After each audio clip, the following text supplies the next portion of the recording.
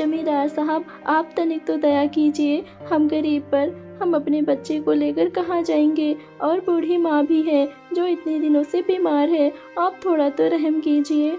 लेकिन जमींदार उनकी एक नहीं सुनता और सारा जमीन घर हथिया लेता है। रमेश अपनी माँ कमला, पत्नी शोभा और बेटी रानी के साथ रहता था। पहले तो रमेश के पास काफी जमीन थी और खेती का काम भी अच्छे से चल रहा था, पर माँ की बीमारी के चलते धीरे धीरे उसकी सारी जमीन बिक जाती है।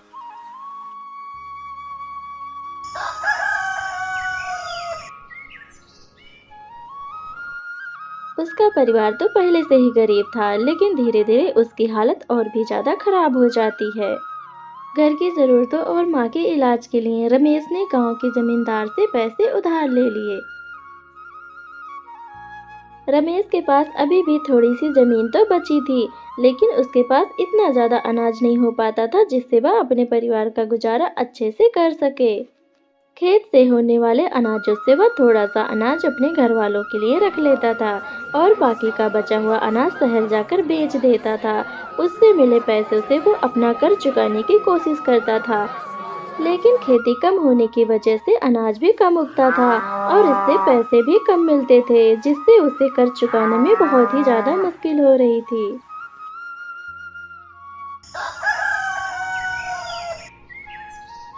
एक दिन जमींदार अपने कुछ आदमियों को भेजकर रमेश को अपने घर बुलाता है और रमेश से अपने पैसे मांगता है।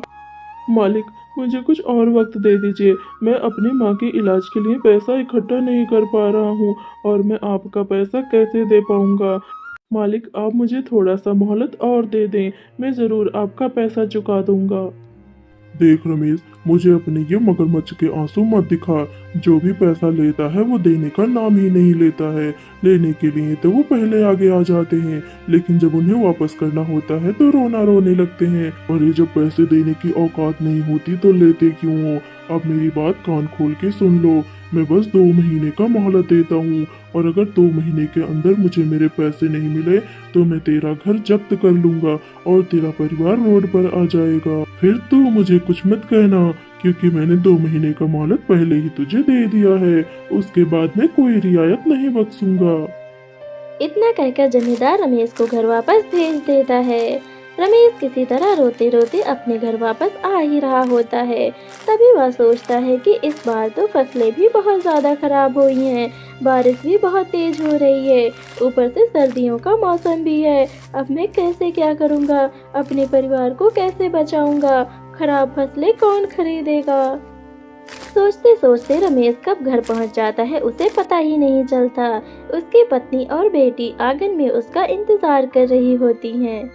रानी अपने बाबा को आता देख बहुत खुश होती है। बाबा बाबा, आप आ गए, हम लोग कब से आपका इंतजार कर रहे थे, आप कहाँ थे बाबा। रमेश अपनी बेटी को आगे आते देख वो अपने आंसू पोंछ लेता है और अपनी बेटी से बोलता है, बेटा, आज आप खेलने नहीं गए? अपने दोस्तों के साथ आपके दोस्त आपका इंतजार कर रहे होंगे। जी बाबा, मैं अभी जाती हूँ, मैं आपका ही इंतजार कर रही थी। आप बहुत देर में आए बाबा, कहाँ थे आप। मेरी गुड़िया रानी, मैं आपके लिए खेतों में गया था, लेकिन खेतों में सब्जियां अभी नहीं उगी हैं। मैं खेत से अपनी बेटी के लिए बहुत सारी सब्जियां ले आऊंगा, फिर मेरी बेटी मुझे पराठे बना के खिलाएगी। जी बाबा, मैं आपको बहुत सारे पराठे बना के खिलाऊंगी, लेकिन बाबा देखिए, मेरे कपड़े पुराने हो गए हैं और सर्दियाँ भी पड़ने लगी हैं, मेरे पास नए कपड़े नहीं हैं। बाबा, आप क्या मेरे लिए सर्दियों के कपड़े ले आएंगे। हाँ मेरे लाडो, मैं इस बार आपके लिए बहुत सारी सर्दियों के कपड़े ले आऊंगा। आप परेशान ना हो। जाएं, आपकी फ्रेंड आपको बुला रही हैं। आप अपनी सहेलियों के साथ खेलें और जल्दी घर वापस आ जाना। रमेश अपनी डबडबाई आंखों को छुपाते हुए आंगन के अंदर जा ही रहा था, तभी उसकी बीवी उसे रोक लेती है। सुनिए जी, आप अपनी बच्ची से तो बातें छुपा सकते हैं, लेकिन अपनी बीवी से नहीं छुपा सकते। बताइए क्या हुआ। अरे वो क्या कह भी सकता है शोभा। वो अपने पैसे मांग रहा था, लेकिन मेरे पास पैसे नहीं थे तो मैंने उसे मना कर दिया। लेकिन वो मुझे धमकी देने लगा। अगर 2 महीने में मैंने उसका पैसा नहीं दिया तो वो अपना घर और ज़मीन सारी चीज़ें जब्त कर लेगा और खेत भी ले लेगा। हम लोग सड़क पे आ जाएंगे। माँ का दवा भी नहीं करा पा रहा और सर्दियाँ भी बढ़ने लगी हैं। बेटी और तुम्हारे पास भी कोई कपड़ा नहीं है। मैं गरीबी से लाचार हो चुका हूँ। मेरा मन करता है कि मैं आत्महत्या कर लूँ। मैं इतना नालायक हूँ कि मैं तुम्हारे लिए कुछ नहीं कर पा रहा हूँ। मैं कैसे अपने परिवार की देखभाल करूँ? मुझे कुछ समझ में नहीं आता। शोभा अपने पति को इतना बेबस और लाचार देख के परेशान हो जाती है। सुनिए जी, आप फिक्र ना करें, हम दोनों मिलकर कुछ न कुछ कर लेंगे। सेठ नहीं भी माना तो बहुत लोग गरीबी में अपनी जिंदगी गुजारते हैं। हम लोग भी किसी तरह गुजर बसर कर ही लेंगे। आप इतना परेशान ना हो, आप हमारे लिए बहुत जरूरी हैं। अगर आप बीमार पड़ जाएंगे तो सोचिए, बच्चे और माँ और हमारा क्या होगा। एक आप ही तो इकलौते सहारे हैं, तो आप अपना भी ख्याल रखें। आप परेशान ना हो, हम सब साथ मिलकर कुछ न कुछ कर ही लेंगे। इधर रमेश की माँ पलंग पर लेटे लेटे शोभा और रमेश की सारी बातें सुन लेती है। तभी वह अपने बेटे को आवाज देती है, अरे रमेश, इधर तो आ जरा, मेरे पास आ रमेश। माँ की बात सुनकर रमेश दौड़ा दौड़ा माँ के पास जाता है। माँ, क्या हुआ माँ? आप ठीक तो हो माँ? हाँ मेरे बच्चे, मैं ठीक हूँ, लेकिन मुझे लगता है कि अब मेरा वक्त आ चला है। पता नहीं कब भगवान मुझे बुला लेंगे।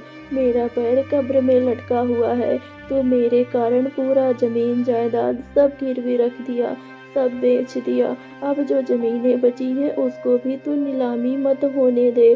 तो किसी तरह उसे बचा ले और उसे बेचकर जमींदार का पूरा कर्जा चुका दे बेटे, और ये घर बचा ले, नहीं तो बहू और मेरी पोती कहाँ जाएंगी। माँ की बातें सुनकर रमेश और शोभा की आंखों में आंसू आ जाते हैं। माँ, आप फिक्र ना करो, मैं कुछ ना कुछ जरूर कर लूँगा।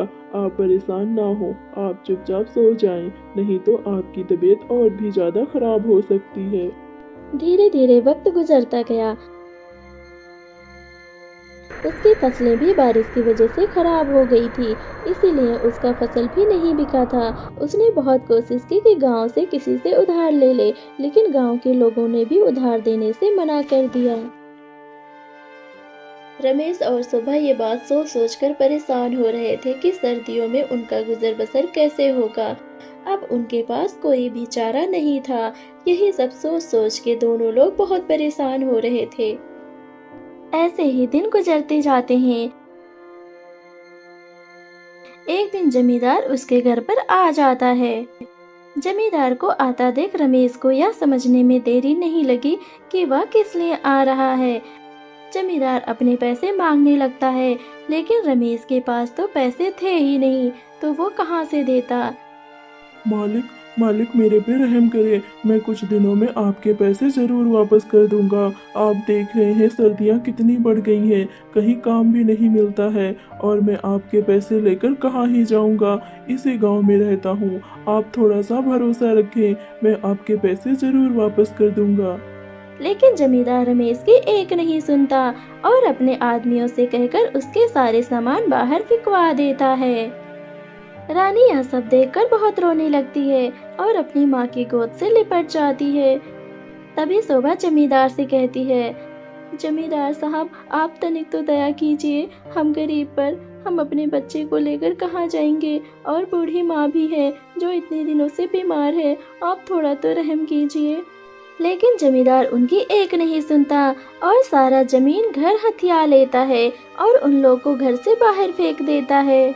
रमेश अपने परिवार को लेकर पास के जंगल में चला जाता है, लेकिन कोहरा बढ़ने लगता है और रात में ठंड बहुत ज़्यादा होने लगती है। ठंड बर्दाश्त न कर पाने के कारण उसकी माँ इस दुनिया को छोड़कर चली जाती है।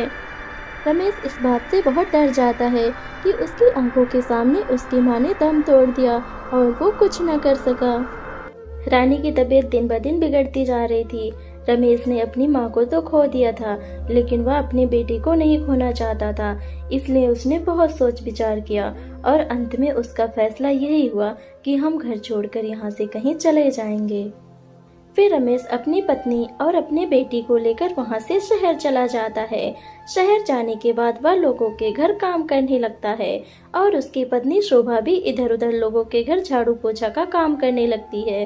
धीरे धीरे उन लोगों के हालात थोड़ा सुधरने लगते हैं और अब रानी की तबीयत में भी काफी सुधार आने लगी थी। रमेश यह देखकर बहुत खुश होता है कि अब उसकी फैमिली गरीबी में ही सही लेकिन ठीक ठाक जिंदगी गुजार रही है। रमेश अब शहर में ही रहने का फैसला लेता है क्योंकि गांव से ज़्यादा रोजगार यहाँ पर मिलता है। उसे उसकी फैमिली सबसे ज़्यादा प्यारी है, इसलिए अब वो शहर में ही अपने बेटी का दाखिला करवा देता है और वहीं पर रहने लगता है।